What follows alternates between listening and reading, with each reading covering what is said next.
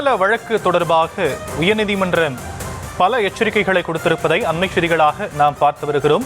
பொதுநல வழக்கு தொடர்ந்து பணம் பறிக்கும் நிலை ஏற்பட்டிருப்பதாக உயர்நீதிமன்றம் கண்டனங்களை தெரிவித்திருக்கிறது.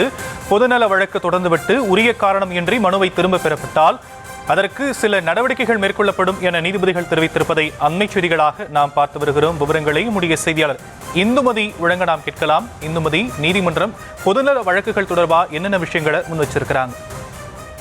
வணக்கம். காரைக்குடியை சேர்ந்தவர் கடந்த 2021ஆம் ஆண்டு காரைக்குடி நகராட்சியில் அனுமதியின்றி கட்டப்பட்ட கட்டிடம் தொடர்பாக உரிய நடவடிக்கை எடுக்க கோரி பொதுநல வழக்கினை தாக்கல் செய்திருந்தார். அந்த வழக்கு இன்று நீதிபதிகள் ஜெயச்சந்திரன் மற்றும் கே ராமகிருஷ்ணன் அமர்வு முன்பாக விசாரணைக்கு வந்தபோது மனுதாரர் தரப்பில் மனுவை திரும்ப பெறுவதாக தெரிவிக்கப்பட்டது. அதை ஏற்க மறுத்த நீதிபதிகள் பொதுநல வழக்கு தொடர்ந்து அதன் மூலம் பணம் பறிக்கும் நிலை உள்ளது, அதுபோல பணம் கிடைத்தவுடன் பொதுநல வழக்கு திரும்ப பெறப்படுகிறது, இது ஏற்கத்தக்கது அல்லது எனவும் இந்த வழக்கில் எடுக்கப்பட்ட நடவடிக்கை குறித்து அறிக்கை தாக்கல் செய்ய வேண்டும் எனவும் 4 ஆண்டுகளாகியும் வழக்கு நிலுவையிலே வைக்கப்பட்டிருக்கிறது. பொதுநல வழக்கை சிலரின் தேவைகளை பூர்த்தி செய்வதற்காக பயன்படுத்துவது அதிர்ச்சி அளிக்கிறது எனவும் தெரிவித்திருக்கிறார். மேலும் அரசு அலுவலர்களும் இதில் நோட்டீஸ் கூட அனுப்பாமல் இருந்தது ஏற்கத்தக்கது அல்ல,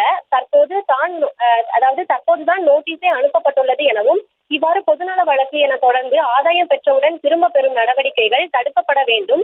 ஆகவே பொதுநல வழக்கை முறையான காரணமின்றி திரும்ப பெற அனுமதி கோரினால் அதிக அபராதம் விதிக்கப்படும் என எச்சரித்து மனுதாரரை வருகின்ற 9ஆம் தேதி நேரில் ஆஜராக உத்தரவிட்டு வழக்கை ஒத்திவைத்திருக்கின்றனர். தற்போதைய விவரங்களுக்கு நன்றி இந்துமதி.